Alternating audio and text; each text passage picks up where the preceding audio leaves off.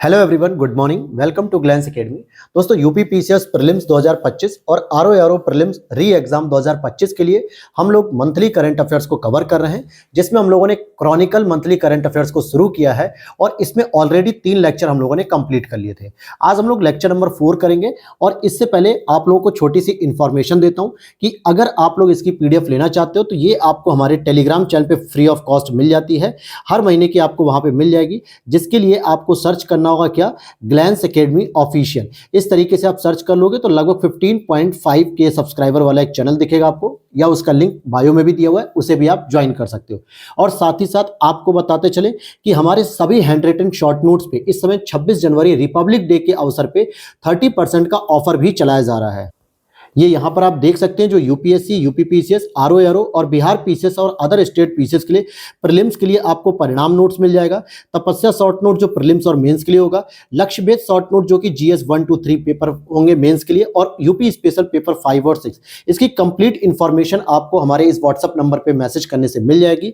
ध्यान दीजिएगा कि इसमें सभी सब्जेक्ट यहाँ से लेकर यहाँ तक आप कोई भी सब्जेक्ट लेते हैं तो 30% का आपको ऑफ मिल जाएगा, लेकिन पेपर 5 और 6 में ओनली 10% का ऑफ रहेगा। और सारी जानकारी आपको हमारे इस व्हाट्सएप नंबर पे मिल जाएगी। चलिए टॉपिक पे शुरू करते हैं अपनी क्लास। तो लास्ट क्लास में हम लोगों को साइंस एंड टेक्नोलॉजी में एक टॉपिक रह गया था, उसके बाद आज हम कोशिश करें कि मैक्सिमम टॉपिक को आज हम कवर कर लें। तो लास्ट क्लास में हम लोगों ने नैनोजाइम पढ़ लिया था और यहाँ पर इस टॉपिक को छोड़ा था कि 10वां भारत अंतर्राष्ट्रीय विज्ञान महोत्सव। हम लोग सामान्यतः क्या होता है कि राष्ट्रीय विज्ञान महोत्सव आयोजित करते हैं, जो कि 108 या 109 कंप्लीट हो चुके हैं सीरीज में, लेकिन ये अंतर्राष्ट्रीय है। इट मीन्स कि इंडियन इंटरनेशनल साइंस फेस्टिवल कहां पर आयोजित हुआ? 30 नवंबर 2024 को 10वां भारत अंतर्राष्ट्रीय विज्ञान महोत्सव आईआईटी गुवाहाटी में आयोजित हुआ। बदलते हुए पैटर्न पे अगर आप देखोगे तो आपको डेट और लोकेशन बहुत अच्छे से याद रखनी, खासकर कुछ इंपॉर्टेंट टॉपिक की तो बिल्कुल। जैसे ये एक अंतर्राष्ट्रीय विज्ञान महोत्सव बहुत ही महत्वपूर्ण है, तो इसकी ये जो पहली लाइन है ना, इसको बिल्कुल बदलता पैटर्न जो यूपीएससी लेकर आ रहा है। आपने देखा होगा 22 दिसंबर जो यूपी पीसीएस की परीक्षा हुई थी, उसमें जो है कि कितना सारा करंट अफेयर्स के क्वेश्चन के पैटर्न को ही बदल दिया गया। तो बिल्कुल याद करके चलना अच्छे से। ये CSIR साइंटिफिक मतलब council of scientific industrial research के नेतृत्व में आयोजित किया था, और मुख्य रूप से वार्षिक आयोजन होता है, यानी प्रतिवर्ष ये कार्यक्रम आयोजित होता है। इसका जो उद्देश्य है वो क्या रहेगा? वैज्ञानिक सहयोग को बढ़ावा देने, युवा मन को प्रेरित करने और वैज्ञानिक प्रगति के माध्यम से हम आर्थिक विकास को बढ़ावा दे सकते हैं। तो कहने का मतलब 2-3 पॉइंट याद रखना है कि 30 नवंबर 2024 को हुआ 10वां भारत अंतर्राष्ट्रीय विज्ञान महोत्सव था, आईआईटी गुवाहाटी में हुआ। वार्षिक आयोजन इसका किया जाता और CSIR के द्वारा इसको आयोजित किया जाता है। इस बार की जो थीम थी, भारत को एक विज्ञान और प्रौद्योगिकी संचालित वैश्विक निर्माण केंद्र के रूप में इसको तब्दील किया जाए। इसकी जो मुख्य विशेषता रहेगी, चंद्रयान चंद्रमा का संग्रहालय के रूप में एक विशेषता रहेगी। साथ ही साथ मेगा विज्ञान और प्रौद्योगिकी प्रदर्शनी, भारतीय वैज्ञानिक संस्थानों के द्वारा विकसित प्रौद्योगिकी के प्रदर्शन के माध्यम से विज्ञान, प्रौद्योगिकी, इंजीनियरिंग और गणित क्षेत्रों में भारत की उपलब्धियों का प्रदर्शन किया जाएगा। इससे क्या होगा, फिर जो निवेशक होंगे वो भारत के इस साइंटिफिक जो अप्रोच है, यानी कि साइंस के जो गतिविधियां हैं, टेक्नोलॉजी है, इसमें इन्वेस्ट करने के लिए आकर्षित होंगे। साथ ही साथ हम यहाँ पे एक और अप्रोच लेकर चल रहे हैं कि मेक इन इंडिया जो प्रोग्राम 2014 में शुरू किया गया था, उसे मेक फॉर द वर्ल्ड किया जाएगा। यानी कि हम जो भी भारत में तकनीक को विकसित करेंगे उसे हम दुनिया में सेल आउट भी करेंगे, निर्यात भी करेंगे और अपनी आर्थिक स्थिति में भी सुदृढ़ करेंगे। तो इसीलिए लिख रहा है कि भारत को एक वैश्विक विनिर्माण केंद्र में बदलने पर चर्चा के लिए एक मंच है कि किस प्रकार से हम भारत को एक वैश्विक स्तर का पटल तैयार करें। और आगे देख लेते हैं, पे कॉस्मिक किरणों के बारे में कुछ एक छोटी सी जानकारी कवर करनी है कि 30 नवंबर 2024 को नामीबिया में हाई एनर्जी स्टीरियोस्कोपिक सिस्टम वेधशाला में शोधकर्ताओं ने अब तक की देखी गई सबसे ऊर्जावान कॉस्मिक किरणों का पता लगाया है। इन कॉस्मिक किरणों में 40 टेरा इलेक्ट्रॉन वोल्ट तक की ऊर्जा होती है, जो दृश्य प्रकाश से 40,000 गुना अधिक शक्तिशाली होती है। दृश्य प्रकाश का मतलब जो आप इस समय सूर्य का जो प्रकाश ग्रहण करते हैं, दिन में जो सूरज को देखते हैं, तो जो आपके सामने प्रकाश आता है वो विजुअल होता है, जिसको आप देख पाते हो कि हाँ व्हाइट कलर का या कलरफुल है या दिन हो रहा है, लेकिन इससे भी 40,000 गुना अधिक शक्तिशाली होती है ये। बस इतना ही आपको जानना था। बाकी देखते हैं, ट्राई द्वारा OTP ट्रेसेबिलिटी लागू कर दिया गया। बहुत अच्छा जो है कि इसका इंपैक्ट पड़ेगा। अगर मैं आपको बताना चाहूं तो देखो, ट्राई क्या है? 30 नवंबर 2024 को भारतीय दूरसंचार नियामक प्राधिकरण telecommunication regulatory authority of India ने सभी संदेशों, जिसमें वन टाइम पासवर्ड भी शामिल होता है, के लिए नई ट्रेसेबिलिटी दिशा निर्देश लागू किया गया। यानी जो ओटीपी के माध्यम से जो फ्रॉड किया जाता है, आप लोगों को जो क्लेम किया जाता है और आपके पैसे को डिस्प्यूट कर लिया जाता है, ओटीपी के डालते ही आपका पैसा पूरा खाली हो जाता है बैंक अकाउंट, इन सभी चीजों को अब ट्रेस किया जाएगा, मैसेज के साथ साथ ओटीपी को भी, जिससे स्पैम, फिशिंग प्रयासों और धोखाधड़ी गतिविधियों पर अंकुश लगाया जा सके। तो बहुत अच्छा जो है कि ये प्रयास है। देखते हैं किसके लिए होगा और कहां तक सफल हो पाएगा। देखा जाए तो दिशा निर्देश संदेशदाता से प्राप्तकर्ता तक संदेशों की ट्रैकिंग का आदेश देते हैं। यानी कि जो संदेश भेजने वाले हैं और जो रिसीवर हैं, इनके बीच में जो कम्युनिकेशन हो रहा है, इन सभी चीजों को ट्रैक किया जाएगा और जिससे संदेश की प्रामाणिकता भी क्या होगी, सुनिश्चित हो जाएगी। इसका मुख्य रूप से क्या उपयोग होगा, जैसे बैंक करेंगे, ई कॉमर्स प्लेटफॉर्म करेंगे, अन्य संगठनों को अब इन नियमों का पालन करना आवश्यक है। सभी संदेशों में एक ट्रेस करने योग्य वितरण श्रृंखला भी होनी चाहिए। अगर मैं कहूं आपसे कि ई कॉमर्स प्लेटफॉर्म को अगर आप देखोगे तो इस समय जो अमेजॉन ने क्या किया, अपनी पॉलिसी को बहुत स्ट्रांग कर रखा है। आप पहले देखते थे अमेजॉन पे आप कोई भी चीज ऑर्डर करते थे, आपके घर पे डिलीवरी हो गई और वो जो डिलीवर करने वाला व्यक्ति होता है वो चला जाता है, डिलीवरी मैन। लेकिन कई बार ऐसा होता है कि आपके साथ स्कैम कर दिया था, आप जो ऑर्डर करते हो उसकी जगह पे कोई भी गलत सामान भर दिया जाता है, ईंट पत्थर ये सब भर के दे दिया जाता है। अभी क्या कर दिया गया है कि जब तक आपके पास ओटीपी शेयर नहीं किया जाएगा और जब तक आप डिलीवरी मैन को ओटीपी शेयर नहीं करोगे, तब तक वो सबमिट नहीं माना जाएगा। और आप ओटीपी कब दोगे, जब आप प्रोडक्ट को रिसीव करोगे, उसे चेक कर सकते हो, अगर प्रोडक्ट सेम हुआ तो आप ओटीपी शेयर कर सकते हो, अदरवाइज आप ओटीपी नहीं शेयर करोगे। तो ये एक अच्छा जो है कि इनिशिएट है। इसी प्रकार से बैंकों को भी अब अप्लाई करने के लिए कहा जा रहा है। ध्यान रखना कि ट्रेस नहीं करने योग्य संदेशों को ब्लॉक भी कर दिया जाएगा। जो ऐसे मैसेज होंगे जिसको ट्रेस नहीं कर पाएंगे, जो स्पैम होंगे, उनको ब्लॉक कर दिया जाएगा। और ध्यान रखना कि ओटीपी सुरक्षित और समय पर वितरण के लिए पंजीकृत टेम्पलेट और हेडर का भी पालन करेंगे, जैसे अपना एक सिंबॉलिक तरीके से प्रयोग कर सकते हैं। ठीक है, तो यहां तक आपका साइंस एंड टेक्नोलॉजी हो गया। अब हम एनवायरनमेंट में चलेंगे और सबसे पहले हम पढ़ेंगे बाल्ड ईगल अमेरिका का राष्ट्रीय पक्षी घोषित कर दिया गया। किसको, बाल्ड ईगल को। 26 दिसंबर 2024 को राष्ट्रपति जो बिडेन ने कानून पर हस्ताक्षर किए, जिसमें आधिकारिक तौर पे बाल्ड ईगल को संयुक्त राज्य अमेरिका का राष्ट्रीय पक्षी नामित किया गया। जैसे हमारे यहाँ का जो राष्ट्रीय पक्षी है वो क्या है दोस्तों, मोर है। अब जरा मोर का वैज्ञानिक नाम आप लोग जो है कि कमेंट सेक्शन में बताइएगा। बाल्ड ईगल 240 से अधिक वर्षों से संयुक्त राज्य अमेरिका का प्रतीक रहा है और 1782 से संयुक्त राज्य अमेरिका के प्रतीक चिन्ह पर दिखाई भी दे रहा है। आपने देखा होगा कि यूएसए के जो है कि प्रतीक चिन्ह जो होते हैं वहां पे उड़ता हुआ एक ईगल दिखाया जाता है, उसी को बाल्ड ईगल भी कहा जाता है। और साथ ही साथ जो संयुक्त राज्य अमेरिका का जो प्रतीक चिन्ह है, इसमें बाल्ड ईगल तो है ही है, और साथ ही इसमें एक जैतून की शाखा, तीर, एक झंडे जैसी ढाल, आदर्श वाक्य, ई प्लूरियम यूनिम और सितारों का एक नक्षत्र भी शामिल है। तो ये सारी की सारी चीजें इसमें देखने को मिलती हैं। ठीक है, तो अगर आपसे पूछ लिया जाए कि अभी हाल ही में किस अमेरिकी देश का या फिर जो है कि कौन से देश का बाल्ड ईगल को राष्ट्रीय पक्षी घोषित कर दिया गया है, तो यूएस हो जाएगा। फिर आर्कटिक टुंड्रा की बात करते हैं और इसमें टॉपिक दे रहा है कार्बन सिंक से कार्बन स्रोत की ओर। ये बहुत इंपॉर्टेंट टॉपिक जो है कि बन गया है आपका। देखिए आर्कटिक टुंड्रा क्या होती है, ये नॉर्दर्न हेमिस्फीयर में पाई जाती है। जैसे आर्कटिक होता है और साउथ में क्या होता है, अंटार्कटिक होती है। आर्कटिक पे जो है कि बहुत सारे जो है कि ग्लेशियर वगैरह जमे हुए हैं या ऐसे क्षेत्र हैं जहां पे कोई वनस्पति उपज मतलब कि उत्पन्न नहीं होती है, तो ऐसे क्षेत्रों को हम टुंड्रा कह देते हैं। और जो यहाँ पे जो ग्लेशियर होते हैं ना, वो कहीं ना कहीं कार्बन को स्टोर करके रखते हैं, सिंक करके रखते हैं, जिससे वातावरण में जो ग्लोबल वार्मिंग है वो कुछ हद तक कम हो सकती है, कार्बन डाइऑक्साइड की मात्रा कम हो सकती है। लेकिन अब बदलते परिदृश्य में ग्लोबल वार्मिंग और ग्रीन हाउस गैसेस के इफेक्ट की वजह से ये ग्लेशियर पिघल रहे हैं और पिघलने के साथ साथ ये कार्बन डाइऑक्साइड को रिलीज कर रहे हैं। और रिलीज करने से क्या होता है, इससे कि कहीं ना कहीं जो है कि ग्लोबल वार्मिंग जो है कि बढ़ती जाती है। अब यहां पे देखते हैं कि आर्कटिक टुंड्रा अब कार्बन सिंक की जगह कार्बन स्रोत का काम करने लगा है, और ऐसा जलवायु परिवर्तन के कारण हो रहा है। कार्बन स्रोत का मतलब हो गया कि अब ये कार्बन को उत्सर्जित कर रहा है, जहां इसकी क्षमता थी कार्बन को अवशोषित करने की, और अब ये उत्सर्जित कर रहा है। और ऐसा क्यों हो रहा है, क्योंकि आर्कटिक में बढ़ते तापमान से परमाफ्रॉस्ट पिघल रहे हैं। परमाफ्रॉस्ट का मतलब एक तरीके से ग्लेशियर ही कहते हैं, जिससे संग्रहित कार्बन डाइऑक्साइड CO2 और मीथेन CH4 वायुमंडल में निकल रहे हैं। यानी कि अब ये वायुमंडल को और हानिकारक जो गैस है उससे भर रहे हैं, उत्सर्जित कर रहे हैं।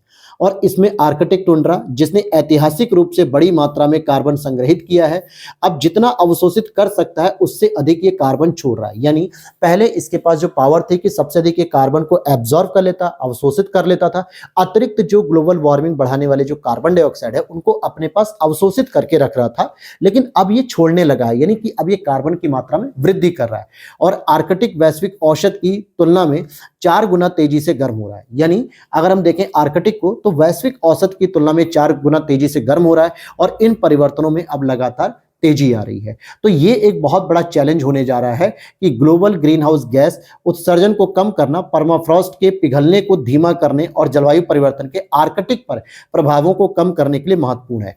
कहने का मतलब हो गया कि जहां हम ग्लोबल ग्रीन हाउस गैस के उत्सर्जन को कम करने का प्रयास कर रहे हैं, वहीं परमाफ्रॉस्ट अब पिघल कर क्या करेंगे, मुख्य रूप से कार्बन को उत्सर्जित करेंगे। तो फिर हमारा ग्लोबल ग्रीन हाउस गैस को उत्सर्जन को कम करने का प्रयास क्या हो जाएगा, विफल हो जाएगा, यानी कि फेल हो जाएगा। तो ये समस्याएं अब देखने को मिल रही हैं आपको। और आगे देखते हैं, भारतीय वन स्थिति रिपोर्ट आ चुकी है दोस्तों। हालांकि मैं इस पे एक अलग से जो है कि शॉर्ट नोट्स बना के आप लोगों को अलग से क्लास कराऊंगा, लेकिन अभी हम केवल इससे समझ लेते हैं, क्योंकि एक बार आप नोट्स बना लेंगे, उसको मैं पीडीएफ शेयर कर दूंगा, तो वो आपके अगले 2 साल तक कोई भी एग्जाम दोगे, यूपीएससी दोगे, यूपी पीसीएस दोगे, समीक्षा अधिकारी दोगे, बिहार पीसीएस, कोई भी वनडे एग्जाम दोगे उसमें वो काम आएगी। ठीक है।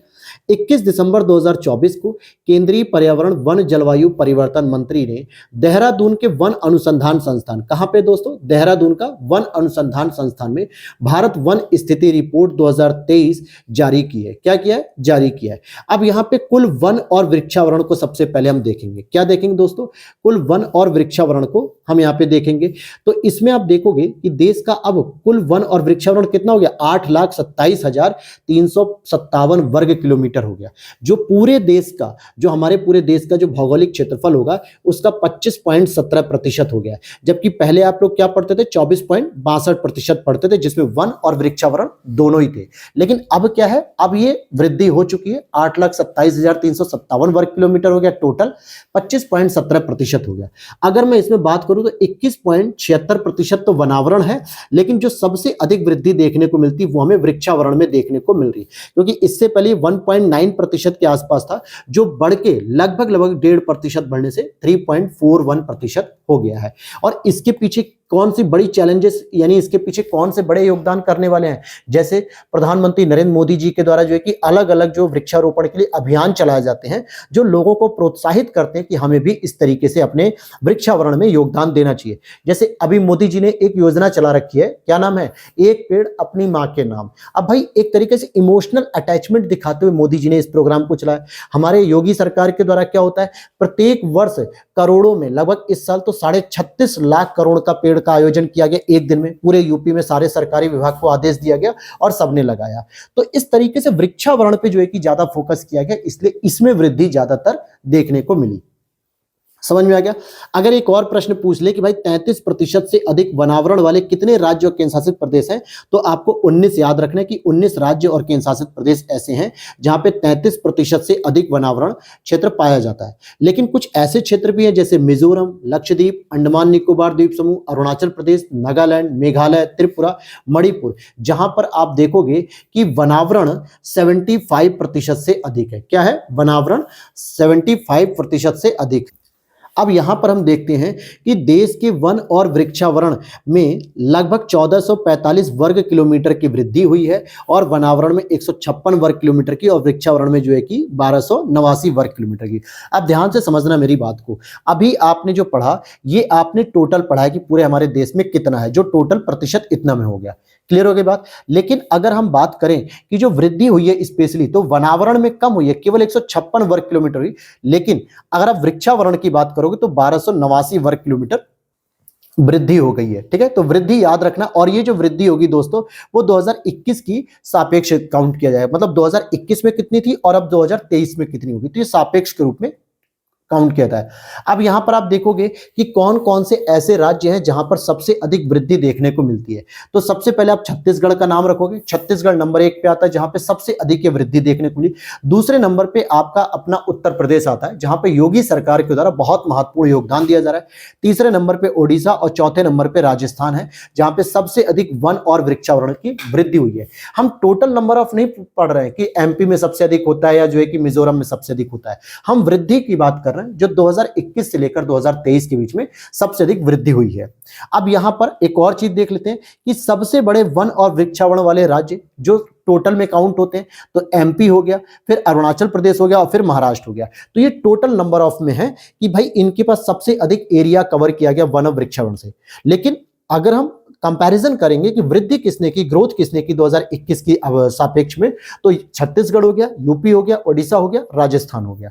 फिर आगे देखते हैं एक और नए टॉपिक पे अब धीरे धीरे सरकार फोकस कर रही है अपने रिपोर्ट में कि कुल कार्बन स्टॉक हमारा कितना है, तो लगभग 7,285.5 मिलियन टन हो गया। इसका मतलब क्या होता है कि जितना अधिक हमने पेड़ों और वृक्षों और जंगलों को लगाया है उनमें जो पोषक तत्व होते हैं और साथ ही साथ प्रकाश संश्लेषण क्रिया के दौरान वो क्या करते हैं, CO2 को ग्रहण करते हैं भोजन बनाने के लिए। तो ये जितना भी CO2 अपने पास ग्रहण कर रहे हैं इसका मतलब हो गया कि ये कुल कार्बन स्टॉक कर रहे हैं। तो जितना हम कार्बन को उत्सर्जित करते हैं अपने भारत के अंतर्गत, चाहे वो ह्यूमन मेड एक्टिविटी हो या फिर इंडस्ट्रियल एक्टिविटी हो, उनमें से कितने कार्बन को ये ऑब्जर्व कर रहे हैं अपने पास स्टॉक के रूप में, तो उसका क्या हो जाएगा अनुमान, 7,285.5 मिलियन टन। क्लियर है। लेकिन एक बहुत बड़ा चैलेंज हमारे सामने आ रहा है कि इस बार मैंग्रोव के कवर में दोस्तों कमी आ गई है। मतलब मैंग्रोव वनस्पतियां जो है कि कम होती जा रही हैं। यहां पर देखोगे तो मैंग्रोव का एरिया 4,991.46 रह गया है, 46 वर्ग किलोमीटर, जो कि पिछली बार 4,996 के आसपास था। तो 2021 की अपेक्षा क्या हो गया, घट गया है और लगभग 7.43 वर्ग किलोमीटर की कमी आई है। गुजरात में सबसे अधिक कमी देखने को मिली है, लगभग 36.9 वर्ग किलोमीटर। तो सबसे अधिक वैसे मैंग्रोव पाया तो जाता है पश्चिम बंगाल, फिर दूसरे नंबर पे होता है आपका गुजरात। लेकिन अगर कमी की बात करें तो सबसे अधिक कमी मैंग्रोव की गुजरात में देखने को मिली है। फिर आ जाते हैं भारत में ई अपशिष्ट में 73% की वृद्धि हो रही है। ई अपशिष्ट उत्पादन 5 वर्षों में 73% बढ़कर 2019-20 में जो 1.01 मिलियन मीट्रिक टन होता था वो अब 23-24 में 1.75 मिलियन मीट्रिक टन हो गया। दोस्तों कहां 1.01 में थे, अब 1.75 में पहुंच गए। इसके पीछे क्या है कि जो लगातार जो तकनीकी रूप से प्रौद्योगिकी जो क्रांति हो रही है वो बहुत बड़ा जो है कि इसमें योगदान दे रही है। आज देखो ना, हर एक व्यक्ति के पास एक बड़े बड़े गैजेट हैं, डिवाइसेस हैं, चार्जर अलग, बर्ड्स अलग, ईयरफोन अलग, मोबाइल अलग, टैबलेट अलग, लैपटॉप अलग, CPU अलग, कंप्यूटर अलग, डिजिटल वॉच अलग, बहुत सारे हम इलेक्ट्रॉनिक गैजेट अपने आसपास यूज करने लगे हैं। अगर देखा जाए कॉमनली तो एक व्यक्ति minimum 5 to 6 electronic gadget use कर रहा है। अगर उसके पास एक इलेक्ट्रॉनिक वॉच है यानी कि जो स्मार्ट वॉच है तो उसका एक चार्जर भी उसके पास होगा, 2 हो गया। एक अगर मोबाइल यूज कर रहा तो एक उसके पास आपका चार्जर होगा, तो 2 2 4 हो गए। एक बर्ड्स भी यूज कर रहा होगा तो 5 हो गया। अगर थोड़ा और पैसे वाला होगा तो आईपैड या टैबलेट, फिर उसके बाद लैपटॉप, फिर उसके बाद कंप्यूटर, तो मिनिमम जो है कि 4 से 5 इलेक्ट्रॉनिक गैजेट लगभग सब लोग यूज करने लगे हैं। तो ये ई वेस्ट बढ़ने का एक कारण हो रहा है। और भी बहुत सारी चीजें हैं और ये इसलिए क्योंकि सस्ती दरों पे हमें तकनीकी सामान प्राप्त होने लगा है। तो ये बहुत बड़ा एक चुनौती भी लेकर आ रहा है हमारे सामने।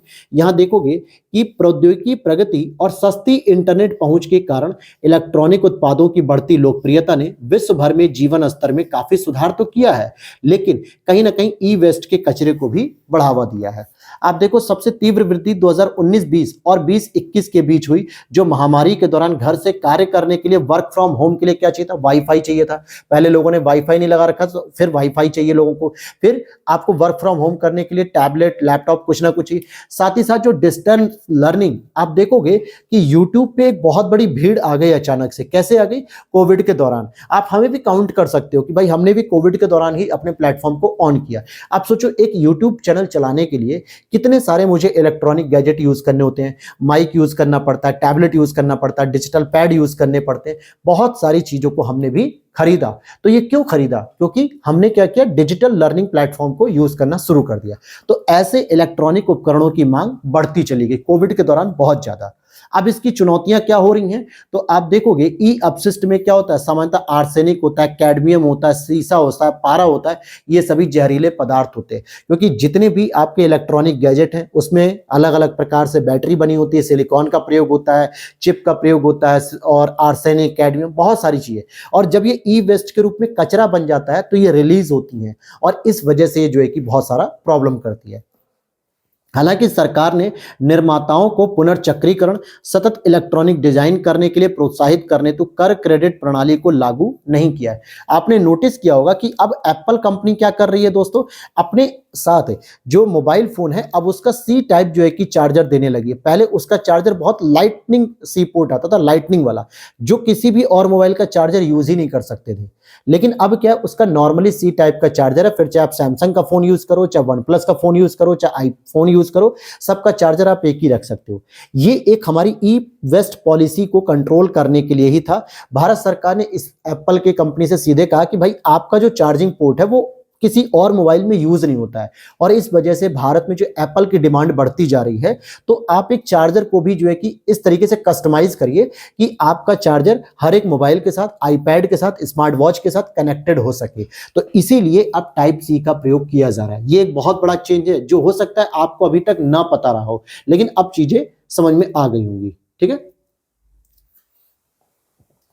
अच्छा, एक और रीजन है दोस्तों कि डेटा गोपनीयता संबंधी चिंता है। कई उपभोक्ता व्यक्तिगत डेटा सुरक्षा के भय के कारण डिवाइस को रिसाइकल करने से संकोच करते हैं। जैसे अगर मैं आपसे कहूं या आप खुद से भी पूछोगे कि जब आपसे कहा जाता है कि भाई अपना पुराना मोबाइल फेंक दो और नया मोबाइल ले लो, तो आप अपने पुराने मोबाइल को अपने पास ही रखे रहते हो, किसी को बेचते भी नहीं हो, ना ही किसी कबाड़ की दुकान पे, ना ही किसी मोबाइल की दुकान पे, क्योंकि आपको लगता है कि भाई इतने बड़े बड़े हैकर हैं, इतने टेक्निकल लोग हैं कि इस मोबाइल में किस प्रकार की फोटोज है, किस प्रकार की वीडियोज है, कौन से कॉन्टैक्ट नंबर है, कौन सी प्राइवेसी है, कौन से पासवर्ड है, सब कुछ क्या हो सकता है, कहीं ना कहीं लीक हो सकता है और उसका दुरुपयोग हो सकता है। तो ये बात बिल्कुल सही है। कई बार ऐसा होता है कि हैकर्स इनका प्रयोग करके हमारे साथ फ्रॉड कर देते हैं, हमारे साथ जालसाजी करते हैं। इसलिए हम लोग रिसाइकल करने के लिए भी कंपनियों को रिटर्न नहीं करते, सर्विस सेंटर को प्रोवाइड नहीं करते, या फिर किसी दुकान वाले को नहीं सेल आउट करते, हम अपने पास ही रखे रहते हैं। और इस तरीके से हम अपने घरों में एक नेगेटिविटी इलेक्ट्रॉनिक कचरे के रूप में तैयार कर रहे होते हैं।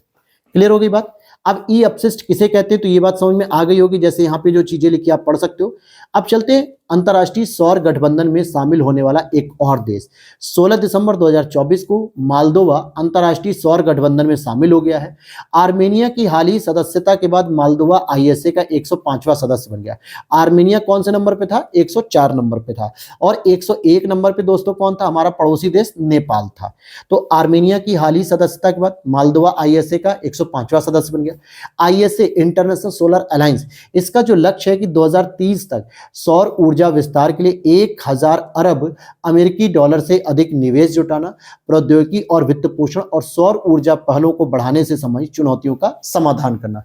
हालांकि इसकी जो शुरुआत हुई थी वो 2015 में फ्रांस और भारत सरकार के द्वारा संयुक्त रूप से की गई थी, और इसमें कर्क रेखा से लेकर मकर रेखा के बीच में स्थित जितने भी देश हैं उन सभी को जोड़ने का प्रयास किया जा रहा है, क्योंकि यहाँ पे क्या होता है, सूर्य का प्रकाश सर्वाधिक पड़ता है कर्क रेखा से मकर रेखा के बीच में। तो यहाँ पे एक संभावना है कि हम अधिक से अधिक मात्रा में सोलर एनर्जी को प्रोड्यूस कर सकते हैं। ठीक है। अब आगे देख लेते हैं इसमें और भी कोई चीज होगी, तो हाँ बिल्कुल लिखा हुआ है यहाँ पे कि आईएसए ने प्रभावशाली परियोजनाओं को भी लागू किया है, जैसे कि मलावी की संसदीय इमारत को सौर ऊर्जा से जोड़ना, सेशल्स में सौर ऊर्जा संचालित कोल्ड स्टोरेज की स्थापना करना, यानी जहां पे आप एक जीवाश्मिक ईंधन पे आधारित इलेक्ट्रॉनिक सिस्टम को यूज कर सकते थे, यानी बिजली आपूर्ति करते, उसकी जगह पे हमने सोलर एनर्जी के प्लांट से जोड़ दिया और बिजली आपूर्ति हो रही है। तो ये एक सकारात्मक परिवर्तन है। अब आगे देखते हैं, भारत के जल संसाधन का एक आकलन किया गया। 2024 की एक रिपोर्ट लाई गई है, किसके द्वारा लाई गई, केंद्रीय जल आयोग के द्वारा। 13 दिसंबर 2024 को केंद्रीय जल आयोग यानी CWC ने अपना नवीनतम अध्ययन भारत के जल संसाधनों का आकलन 2024 के नाम से एक रिपोर्ट जारी की, जिसमें औसत वार्षिक जल उपलब्धता का अनुमान लगाया गया। क्या कहा इन्होंने कहा कि अगर 1985 से अगर हम कंपैरिजन करें तो 1985 से 2023 तक भारत की औसत वार्षिक जल उपलब्धता 2115.95 बिलियन घन मीटर होने का अनुमान हो चुका है अब।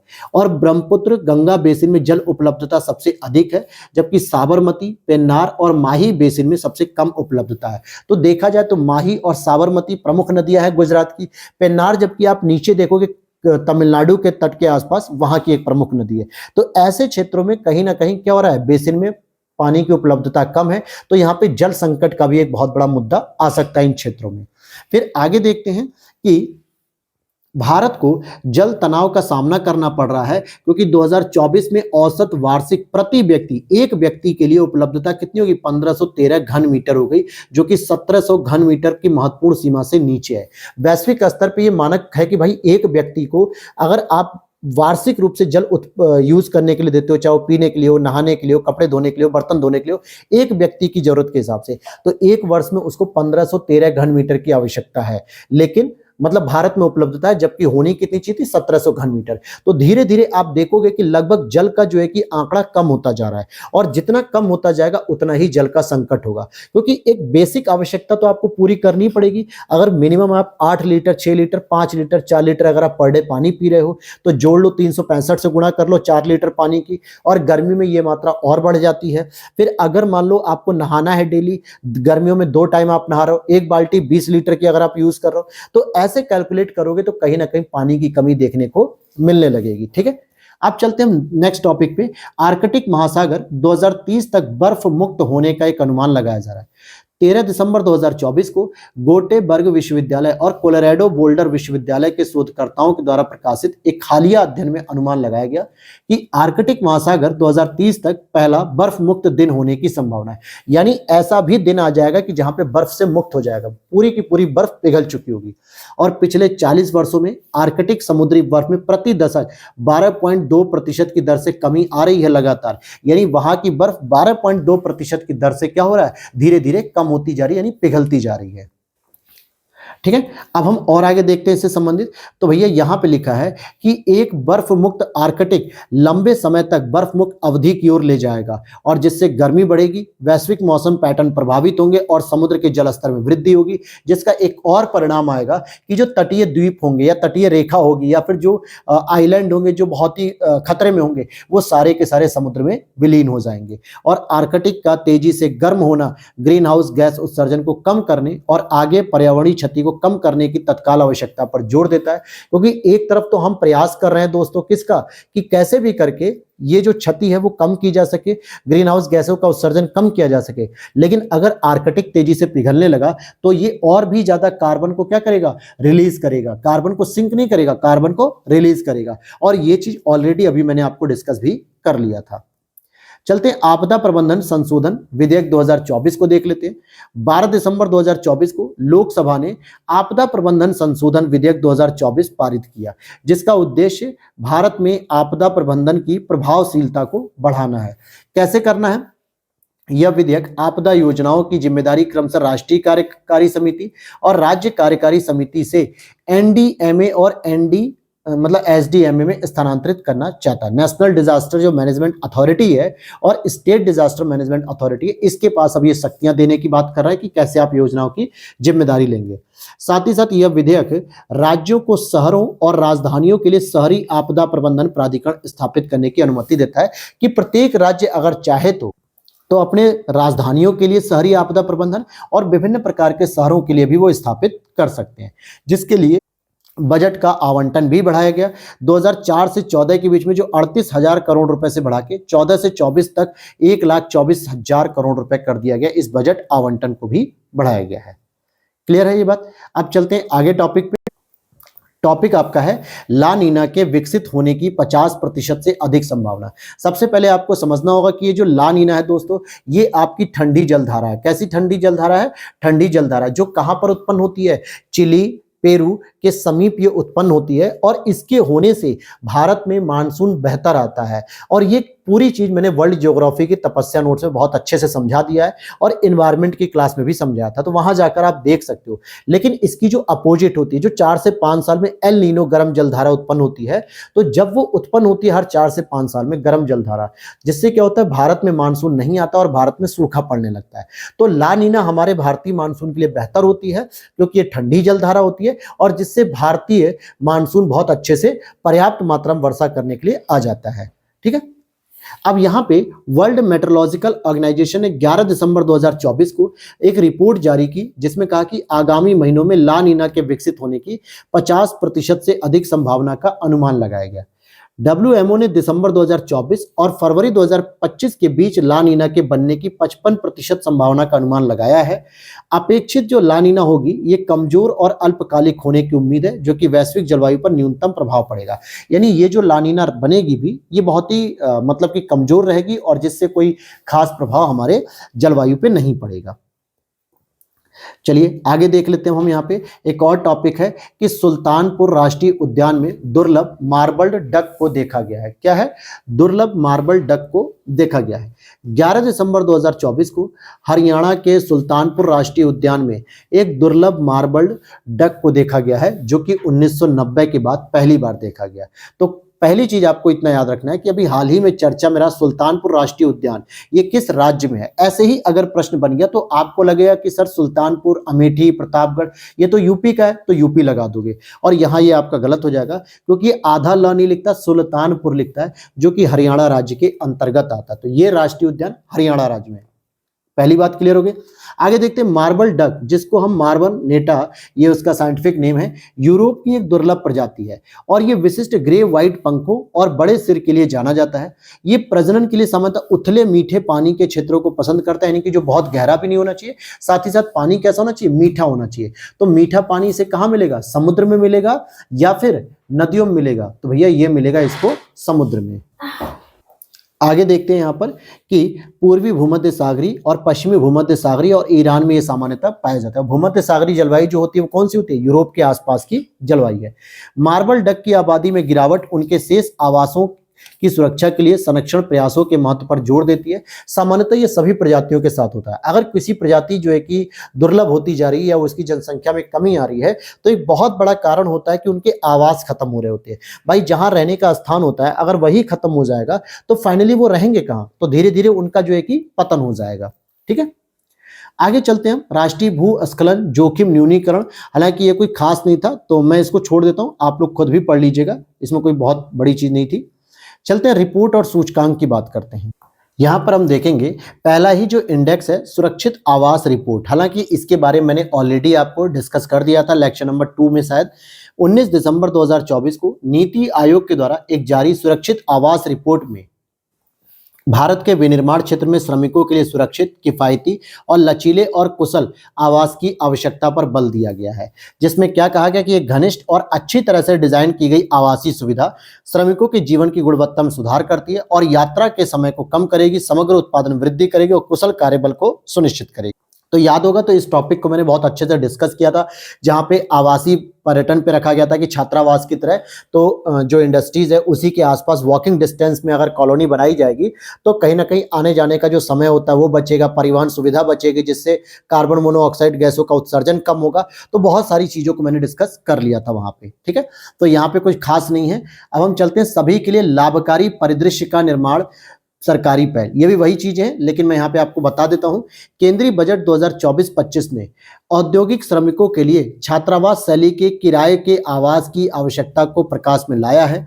सरकार और निजी दोनों क्षेत्रों से समर्थन प्राप्त होगा जो विनिर्माण विकास के लिए आवश्यक आवास स्थितियों के सुधार में प्रतिबद्धता को दर्शाता। तो ये वही टॉपिक है जो हमने पढ़ा था।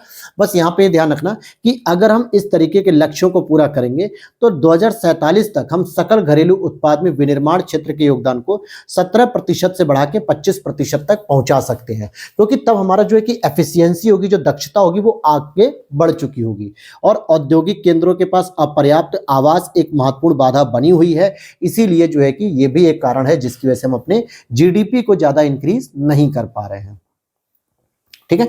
अब यहां पर चलते हैं यात्रा और पर्यटन विकास सूचकांक। ये हम लोगों ने यूपी पीसीएस के दौरान पढ़ा भी था करंट अफेयर्स में कि 20 दिसंबर 2024 को वर्ल्ड इकोनॉमिक फोरम के द्वारा ये जारी की जाती है। किसके द्वारा? वर्ल्ड इकोनॉमिक फोरम के द्वारा।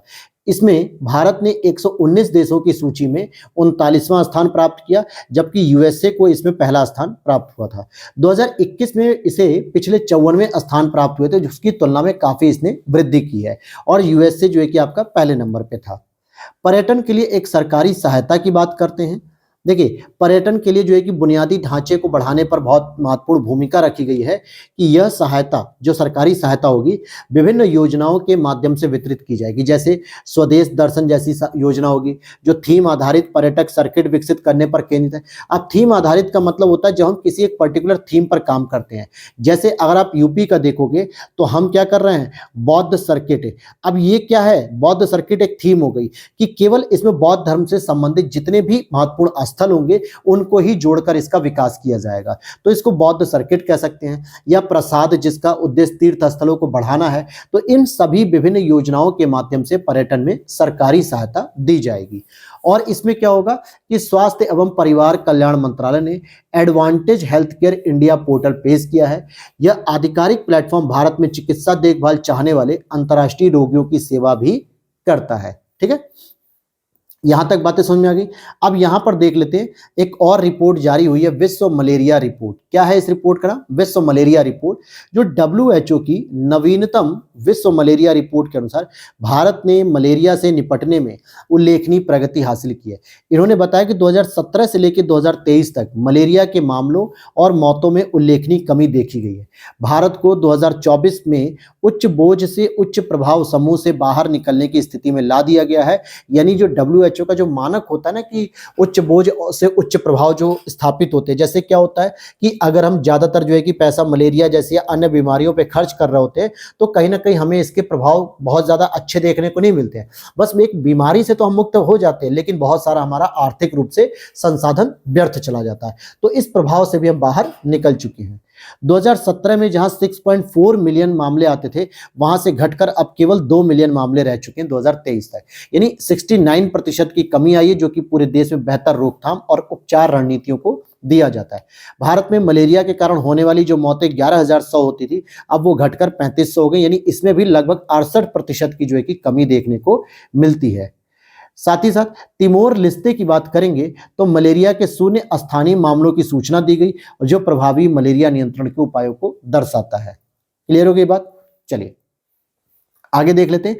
मलेरिया के बारे में थोड़ा सा जान लो बस। मलेरिया प्लाज्मोडियम परजीवियों के कारण होता है। किसके कारण होता है? प्लाज्मोडियम परजीवियों के कारण। और परजीवी संक्रमित मादा एनाफ्लीज मच्छर के काटने से फैलते हैं। और इसमें 2 प्रकार के टीके हो चुके हैं वर्तमान में। जैसे 2021 में WHO ने RTS-AS01 को अप्रूवल दिया था, और 2023 में WHO ने R21 मैट्रिक्स M को भी अप्रूवल दे दिया है। आगे आते हैं, इंडिया स्किल रिपोर्ट 2025 आई है अभी। ये इंडिया स्किल रिपोर्ट उद्योग निकाय जो है भारतीय उद्योग परिसंघ CII ने VBOX अर्थात एक प्रतिभा मूल्यांकन एजेंसी और अखिल भारतीय तकनीकी शिक्षा परिषद के सहयोग से इसको तैयार किया। किसने तैयार करवाया? CII ने तैयार करवाया। 2025 में लगभग 55% भारतीय स्नातकों के वैश्विक रूप से रोजगार योग्य होने की उम्मीद है, और जो 2024 में 51.2% से अधिक है। तो ये उम्मीद की जा रही है कि जो लोगों में रोजगार प्रदान करने के लिए जो स्किल की जरूरत है, उसको जो है कि धीरे धीरे सरकार और निजी एजेंसियों के द्वारा प्रदान किया जा रहा है। तकनीकी रूप से स्किल्ड उनको जो है कि किया जा रहा है, कौशल सिखाया जा रहा है, जिससे क्या होगा कि 2025 में उम्मीद है कि 55% लोगों को रोजगार मिल जाएगा। क्योंकि कहते हैं ना कि मार्केट में अगर आप जाओगे तो रोजगार बहुत है, लेकिन उसके लिए जो योग्य हमें कौशल चाहिए वो नहीं मिल पाता है। आगे देखते हैं, यहाँ पे महाराष्ट्र, कर्नाटक और दिल्ली जैसे राज्य रोजगार के लिए योग्य प्रतिभाओं के लिए प्रमुख केंद्र के रूप में उभर रहे हैं। अब सोचो, यहाँ पे कर्नाटक, दिल्ली, महाराष्ट्र में जितने भी रोजगार की संभावना है, उसमें कहीं ना कहीं कौशल जरूरी है। और अगर कौशल नहीं है, आपके पास कुशलता नहीं है, तो शायद आपको रोजगार नहीं मिल पाएगा। तो पुरुषों के लिए रोजगार की जो दर है 2024 में 51.8% से बढ़ के 2025 में 53.5% होने की उम्मीद है। वहीं महिलाओं के लिए रोजगार दर 50.9% से घट जाएगी और 47.5 हो जाएगी। यानी महिलाओं के लिए तो घट रही है, लेकिन पुरुषों के लिए बढ़ रही है। अब बात करते हैं यहाँ पे भारत सरकार ने स्किल इंडिया मिशन के तहत क्या क्या किया। तो देखो, स्किल इंडिया 2015 में सरकार द्वारा 40 करोड़ से अधिक भारतीयों को उद्योग से संबंधित विभिन्न नौकरियों में प्रशिक्षित शुरू करने के लिए की गई एक पहल है, जिसमें मुख्य तौर पे प्रबंधन और विकास कार्यक्रम पे काम होता है, प्रशिक्षक का जो है कि प्रशिक्षण होता है, उद्यमिता विकास कार्यक्रम होता है और कौशल विकास कार्यक्रम, इनको ही बढ़ावा दिया जाता है। अंतर्राष्ट्रीय ऋण रिपोर्ट के बारे में बात करें तो पूरी चीजें नहीं पढ़नी, बस इतना जान लो कि 3 दिसंबर 2024 को वर्ल्ड बैंक के द्वारा अंतर्राष्ट्रीय ऋण रिपोर्ट 2024 जारी किया गया। अर्थात इंटरनेशनल डेट रिपोर्ट जो होता है वो कौन जारी करता है? वर्ल्ड बैंक जारी करता है। और इसमें कुछ खास नहीं था, इसलिए मैंने उस चीज को नहीं पढ़ाया। ठीक है, अब यहां पर देखेंगे एक और रिपोर्ट है, विश्व सूखा एटलस 2024 संयुक्त राष्ट्र की रिपोर्ट है ये, यानी विश्व सूखा एटलस एक 2024 की रिपोर्ट है यूएन की। 2 दिसंबर 2024 को यूएनसीसीडी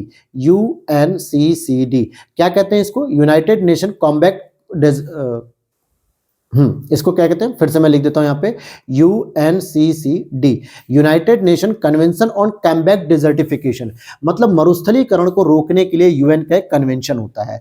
और यूरोपीय आयोग जेआरसी द्वारा मरुस्थलीकरण से निपटने के लिए विश्व सूखा एटलस शीर्षक के नाम से एक रिपोर्ट जारी की जाती है। तो ये कौन जारी करता है? यूएनसीसीडी और यूरोपीय आयोग।